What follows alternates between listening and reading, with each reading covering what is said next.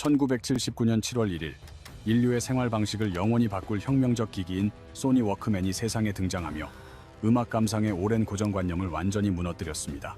당시 워크맨이 대중에게 전해준 충격은 현대의 아이폰이 처음 출시되었을 때 우리가 느꼈던 문화적 충격과 비견될 정도로 강력하고 독보적이었습니다.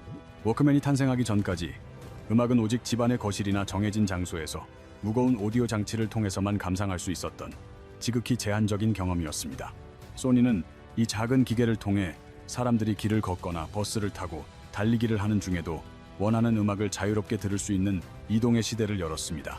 음악이 비로소 공간의 제약이라는 사슬에서 벗어나 사용자의 발걸음이 닿는 곳이라면 세계 어디든 그림자처럼 따라다닐 수 있는 진정한 자유를 얻게 된 것입니다.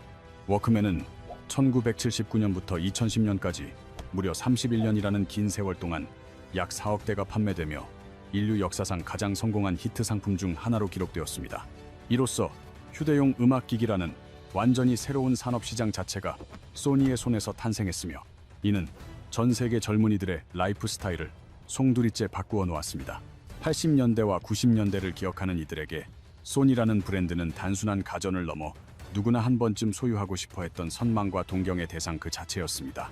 당시 친구의 집을 방문했을 때 거실에 소니 로고가 박힌 TV가 놓여 있다는 것만으로도 그 집은 상당한 부잣집이라는 인식이 사회 전반에 깔려 있었습니다. 특히 트리니트론이라 불리던 소니의 브라운관 TV는 독보적인 기술력을 바탕으로 당시 경쟁사 기기들과는 차원이 다른 압도적이고 선명한 화질을 대중에게 선사했습니다. 방송 제작 현장에서도 소니의 위상은 절대적이었으며 전 세계 거의 모든 방송국의 표준 장비로 소니 베타캠이 사용되며 기술적 표준을 완벽히 장악하고 있었습니다. 또한 소니는 가정용 비디오 카메라인 핸디캠을 개발하여 일반 가정에서도 가족의 소중한 추억을 사진이 아닌 생생한 영상으로 남기는 새로운 문화를 창조했습니다. 비싼 가격대였음에도 불구하고 인생의 찰나를 영상 기록으로 보존한다는 혁신적인 가치는 전 세계 수많은 부모님들의 마음을 사로잡으며 소니의 전성기를 이끌었습니다. 게임 시장에서도 1994년 플레이스테이션을 선보이며 닌텐도가 견고하게 지배하던 게임기 시장의 판도를 단숨에 뒤집어버리는 엄청난 저력과 파괴력을 보여주었습니다. 특히 후속작인 PSE는 역대 가장 많이 판매된 게임 콘솔로 기록되며 약 1억 5천만 대라는 경이적인 판매 수치를 달성해 소니를 제국의 반열에 올렸습니다. 일본 경제가 미국과 함께 세계를 주름잡던 시절, 소니는 전 세계 모든 전자제품이 지향해야 할 품질과 기술력의 절대적인 기준점으로 통용되었습니다. 메이드 인 재팬의 영광을 상징하던 소니 앞에서 당시 삼성전자는 기술력과 브랜드 파워 모든 면에서 감히 비교조차 할 수 없었던 후발주자에 불과했습니다. 하지만 2024년 3분기 현재 글로벌 TV 시장의 왕좌는 점유율 17.9%를 차지한 삼성전자가 굳건히 지키고 있으며 소니는 1.7%라는 초라한 성적표를 받았습니다. 스마트폰 시장의 상황은 더욱 참담하여 소니의 점유율은 전 세계 1% 미만으로 추락했고 이제는 소니가 폰을 만드는지조차 모르는 이들이 대다수입니다.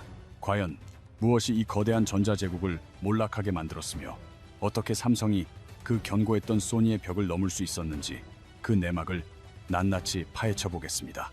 하지만 소니가 모든 분야에서 처참하게 무너졌다고 생각한다면 그것은 우리가 소니의 진면목을 절반만 알고 있는 것입니다. 소니의 2024 회계연도 영업이익은 약 1조 2천억엔, 우리 돈으로 약 11조 원이라는 어마어마한 숫자를 기록하고 있습니다. 이는 대한민국을 대표하는 현대자동차 영업이익의 약 80% 수준에 달하는 수치로 결코 망한 회사가 내놓을 수 있는 성적이 아닙니다. 사실 소니는 눈에 보이는 가전 완제품 회사에서 보이지 않는 곳을 지배하는 콘텐츠와 부품의 거인으로 체질 개선에 성공했습니다. 먼저 게임 산업을 보면 플레이스테이션은 1994년 첫 출시 이후 30년 넘게 콘솔 게임기 시장의 압도적인 대명사로 군림하고 있습니다. PS 시리즈는 모델마다 1억 대 이상의 누적 판매량을 기록하며 매달 들어오는 서비스 구독료만으로도 막대한 현금을 벌어들이고 있습니다. 또한 여러분이 쓰시는 아이폰이나 갤럭시 스마트폰의 카메라를 자세히 들여다보면 그 핵심인 이미지 센서는 사실 소니의 제품입니다. 글로벌 이미지 센서 시장에서 소니의 점유율은 50%를 넘어서며 완제품 전쟁에서는 졌을지언정 전 세계 스마트폰의 눈은 소니가 만들고 있습니다. 미러리스 카메라 분야에서도 소니는 12년 연속 풀프레임 부문 1위를 지키며 전문가용 광학기기 시장의 강자로 굳건히 자리 잡았습니다. 여기서 끝이 아닙니다. 소니 뮤직은 세계 3대 음악 레이블 중 하나이며 영화사 소니 피처스는 스파이더맨의 판권을 가진 콘텐츠의 보고입니다. 음악 스트리밍 시대가 오면서 저작권 수익은 오히려 늘어났고 마블 유니버스와 협업한 영화들은 소니에게 꾸준한 수익을 안겨주고 있습니다. 정리하자면 TV와 스마트폰은 삼성에 내줬지만 게임과 부품, 그리고 강력한 IP 기반의 엔터테인먼트로 주무대를 옮겨 살아남은 것입니다. 그렇다면 여기서 우리는 근본적인 질문을 던져야 합니다. 왜 그토록 잘 나가던 소니가 주력 가전 시장에서 삼성에게 밀려나야 했을까요? 일본 경제계에서는 소니의 실패 원인을 일명 소니병이라 부르는데, 이는 조직이 비대해지며 생기는 대기업병의 전형적인 사례입니다. 소니병의 가장 치명적인 증상은 1990년대 도입된 독립채산제라는 구조적 문제에서 시작되었으며, 이는 소니의 앞날을 가로막았습니다. TV, 음악, 게임 등 각 사업부가 별개의 회사처럼 운영되면서 초기에는 효율적이었지만 시간이 지나며 부서 간 장벽이 높아지는 결과를 낳았습니다. 부서 간의 협력보다는 내부 경쟁에 매몰되면서 소니가 가진 그 엄청난 자산들이 서로 시너지를 내지 못하고 오히려 발목을 잡기 시작했습니다. 가장 대표적인 비극이 바로 애플 아이팟의 탄생인데, 당시 소니는 휴대용 기기 기술과 음악 레이블을 모두 가진 유일한 회사였습니다. 하지만 전자부서가 디지털 음악 기기를 만들려 할 때 음악부서는 CD 판매가 줄어들 것을 우려해 콘텐츠 협조를 거부하며 사사건건 반대했습니다. 결국 부서 간의 이기주의와 높은 벽 때문에 소니는 아이팟이라는 혁신의 기회를 애플에게 고스란히 헌납하고 말았던 것입니다. 소니가 무너진 두 번째 결정적인 이유는 바로 과거의 눈부신 성공이 독이 되어 돌아온 성공의 덫에 빠졌기 때문입니다. 전설적인 트리니트론 TV가 40년 동안이나 세계를 제패하자 소니는 차세대 LCD 기술로의 전환이 필요 없다는 자만심에 빠져 있었습니다. 워크맨이 4억 대나 팔려나가는 신화를 쓰자 그들은 MP3라는 거대한 디지털 파도의 등장을 일시적인 유행으로 치부하며 외면했습니다. 한 시대를 풍미했던 압도적인 성공 경험이 오히려 변화하는 시대의 흐름을 읽지 못하게 만드는 거대한 장벽이 되어버린 셈입니다. 세 번째 문제는 일본이라는 특수한 환경이 만들어낸 갈라파고스 현상으로, 이는 일본 전자산업 전체를 서서히 고립시켰습니다. 태평양의 외딴 섬 갈라파고스의 생태계처럼 일본 기업들은 외부 세계와 단절된 채 오직 자국 시장의 입맛에만 맞는 독자 진화를 선택했습니다. 일본 내수 시장이 충분히 컸기에 소니는 일본 소비자만을 위한 디자인과 기능에 집착했고, 이는 결국 글로벌 트렌드와의 극심한 괴리를 낳았습니다. 세계 시장의 보편적 기준보다는 내수 시장의 정교함에만 몰두했던 그들은 아이폰이라는 글로벌 표준이 등장하자 속수무책으로 무너졌습니다. 이러한 소니병의 행태는 최근 하이브리드에 안주하다 전기차 전환에 뒤처졌던 도요타의 모습과도 놀라울 정도로 닮아 있습니다. 결국 소니병과 도요타병은 이름만 다를 뿐 과거의 영광에 취해 미래의 판을 읽지 못한 자만이라는 같은 뿌리에서 시작된 질병입니다. 이제 시간을 잠시 1969년으로 돌려보면 지금의 거인 삼성전자가 흑백 TV를 조립하던 보잘것없던 시절의 이야기를 마주하게 됩니다. 당시 삼성은 독자 기술이 없어 일본 산효 전기의 기술을 들여와 조립하는 수준이었으며, 소니에게는 배울 것 없는 까마득한 후발주자였습니다. 1970년대 삼성 직원들이 일본 출장을 가면 소니 공장 내부에는 발도 들이지 못한 채 정문 앞에서 기념사진을 찍는 것이 고작이었습니다. 당시 소니에게 삼성은 그저 저렴한 인건비를 활용한 하청 생산지에 불과했기에 기술 이전은커녕 견제의 대상조차 되지 못했습니다. 기술의 정점에 서서 세계 시장을 호령하던 스승 소니와 그 뒤를 묵묵히 쫓으며 기술을 갈구하던 학생 삼성의 역사적인 격차였습니다. 하지만 이 보잘것없던 후발주자는 35년이라는 긴 인고의 시간을 거치며 소니가 자만심에 빠져 있을 때 무서운 속도로 추격해왔습니다. 그리고 마침내 2006년 삼성전자는 글로벌 TV 시장에서 소니를 제치고 세계 1위에 등극하며 전 세계를 경악하게 만들었습니다. 이는 단순한 순위의 변화가 아니라 전자산업의 주도권이 일본에서 한국으로 넘어왔음을 상징하는 역사적인 대전환의 순간이었습니다. 그날 이후 2025년 현재까지 삼성은 19년 연속 세계 TV 시장 1위라는 대기록을 이어가고 있으며, 소니는 단 한 번도 그 자리를 뺏어오지 못했습니다. 2000년대 초반 전 세계 TV 시장은 거대한 부피를 차지하던 브라운관 시대가 막을 내리고 얇은 평판 디스플레이로 전환되는 중대한 기로에 서 있었습니다. 당시 평판 TV 시장에는 가스방울로 빛을 내는 PDP와 액체 결정을 이용하는 LCD라는 두 가지 선택지가 놓여 있었습니다. 초기에는 PDP가 화질과 대형화 면에서 유리하다는 평가를 받았지만 결국 생산 비용이 저렴하고 기술적 한계를 극복한 LCD가 최종 승자가 되었습니다. 바로 이 역사적인 갈림길에서 삼성과 소니의 운명은 완전히 갈렸으며 삼성은 LCD의 잠재력을 믿고 모든 역량을 쏟아붓는 과감한 결단을 내렸습니다. 이건희 회장은 반도체 다음의 먹거리는 디스플레이라고 확신하며 TV와 노트북 등 모든 전자기기의 심장을 잡아야 한다고 강조했습니다. 삼성은 초기 영업 적자가 계속되는 상황 속에서도 미래를 내다보고 매년 수조 원에 달하는 막대한 투자를 멈추지 않는 공격적인 경영을 펼쳤습니다. 그 결과 삼성은 2001년 소니를 제치고 LCD 패널 생산량 세계 1위에 올라섰으며 완제품 시장을 정복하기 위한 강력한 심장을 먼저 손에 넣었습니다. 상황이 다급해진 소니는 2004년 자존심을 굽히고 삼성에게 먼저 손을 내밀어 패널 합작 법인인 SLCD를 설립하기에 이르렀습니다.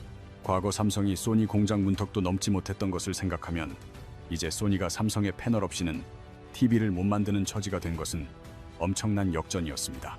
50대 50의 합작이었지만 실질적인 주도권은 핵심 부품인 패널 기술을 쥐고 있는 삼성에게 있었고 소니는 점차 기술 종속의 길로 접어들었습니다. 스마트폰 시장이 열리던 순간에도 두 회사의 대응 속도는 극명하게 갈렸으며 이는 또 다른 비극적 격차를 만드는 원인이 되었습니다.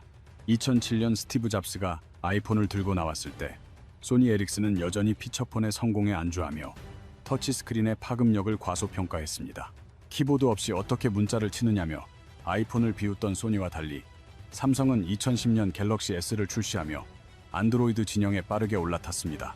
여기서 삼성의 가장 강력한 무기인 수직 계열화가 빛을 발했는데 이는 제품에 들어가는 거의 모든 핵심 부품을 스스로 만드는 시스템입니다.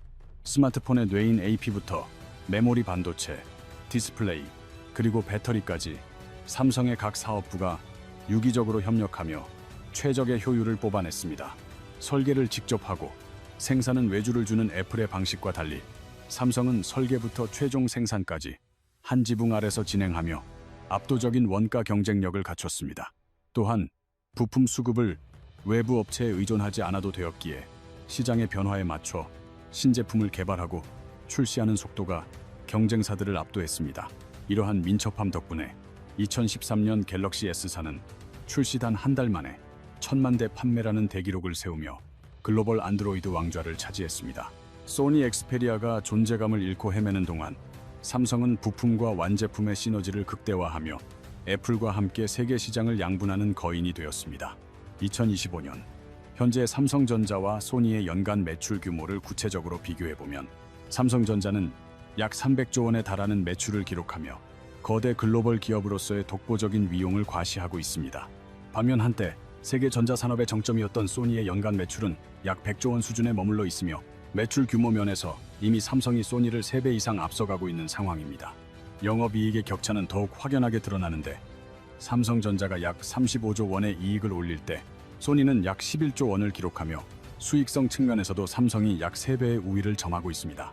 1969년 소니 공장 앞에서 부러운 듯 기념사진을 찍던 보잘것없던 삼성이 55년 만에 소니의 몸집을 3배나 추월한 것은 인류 경제사에서 기적과도 같은 역사적인 사건입니다.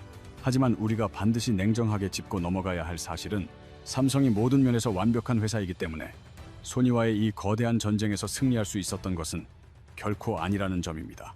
현재 삼성전자 역시 수많은 위기에 직면해 있으며 특히 반도체 파운드리 분야에서는 대만의 TSMC의 기술력과 점유율 면에서 밀리며 매우 힘겨운 추격전을 벌이고 있는 실정입니다. 또한 스마트폰 프리미엄 시장에서도 애플의 아이폰에 밀려 수익성과 브랜드 이미지 측면에서 계속해서 뒤처지고 있다는 시장의 냉혹한 평가를 여전히 극복하지 못하고 있습니다. 결국 삼성이 소니를 이길 수 있었던 진짜 결정적인 이유는 삼성이 무결해서가 아니라 소니가 과거의 성공에 도취되어 스스로의 관료주의와 자만심에 갇혀 무너졌기 때문이라는 해석이 지배적입니다. 만약 소니가 삼성보다 한 발 앞서 LCD 기술의 미래 가치를 알아보고 과감한 선제적 투자를 단행했다면 지금의 글로벌 TV 시장 판도는 우리가 아는 것과는 전혀 다른 모습이었을 것입니다. 또한 소니가 부서 간의 높은 장벽을 허물고 워크맨의 하드웨어 기술과 소니 뮤직의 방대한 콘텐츠 자산을 유기적으로 결합했다면 아이팟의 주인공은 애플이 아닌 소니가 되었을 것입니다. 역사는 결코 만약을 가정하지 않지만 분명한 사실은 소니는 과거에 찬란했던 성공의 발목이 잡혀 제자리에 머물렀고 삼성은 보이지 않는 미래의 불확실성에 모든 것을 걸고 베팅했다는 점입니다. 시장의 패러다임이 급변하는 거대한 전환기에는 과거의 1등이 가진 막대한 자산이 오히려 혁신을 가로막는 무거운 짐이자 독이 될 수 있음을 소니의 사례는 우리에게 여실히 보여줍니다. 결국 변화하는 판 위에서 누가 더 빠르게 움직이고 새로운 트렌드를 유연하게 수용하느냐가 승패를 결정하며 이것이 바로 후발주자였던 삼성이 거인 소니를 추월할 수 있었던 진짜 이유입니다. 비록 소니는 게임과 엔터테인먼트 그리고 정밀 부품 회사로 체질 개선에 성공하며 살아남았지만 전 세계 전자제품의 표준이라 불리던 그 위대한 명성은 이제 다시는 돌아오지 않을 과거의 영광입니다.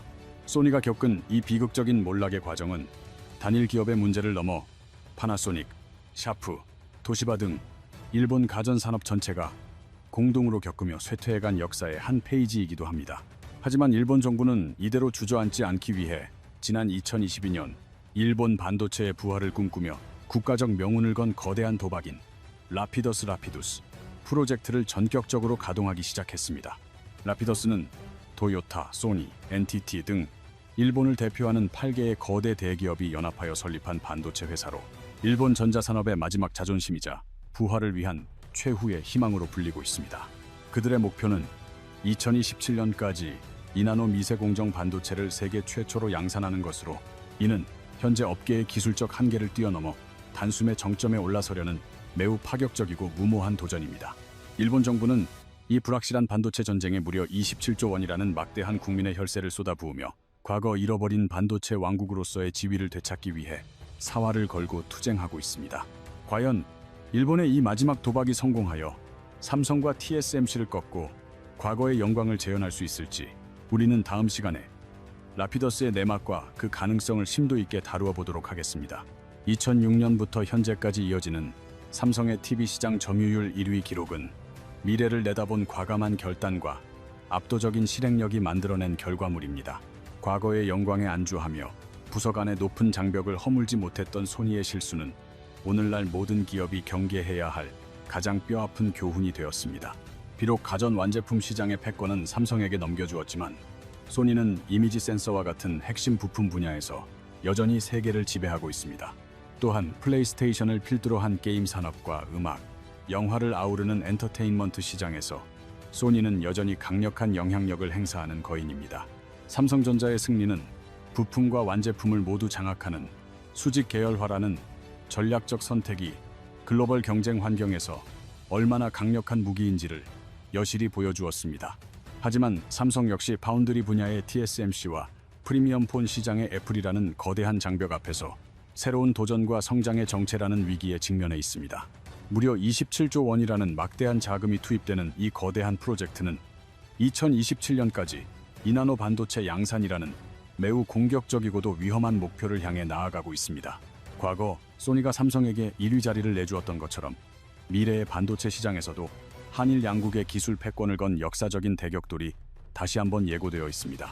기술은 끊임없이 진화하며 시장의 흐름에 민첩하게 대응하지 못하는 자에게는 어떠한 자비도 베풀지 않는다는 사실을 우리는 지난 55년의 역사를 통해 배웠습니다.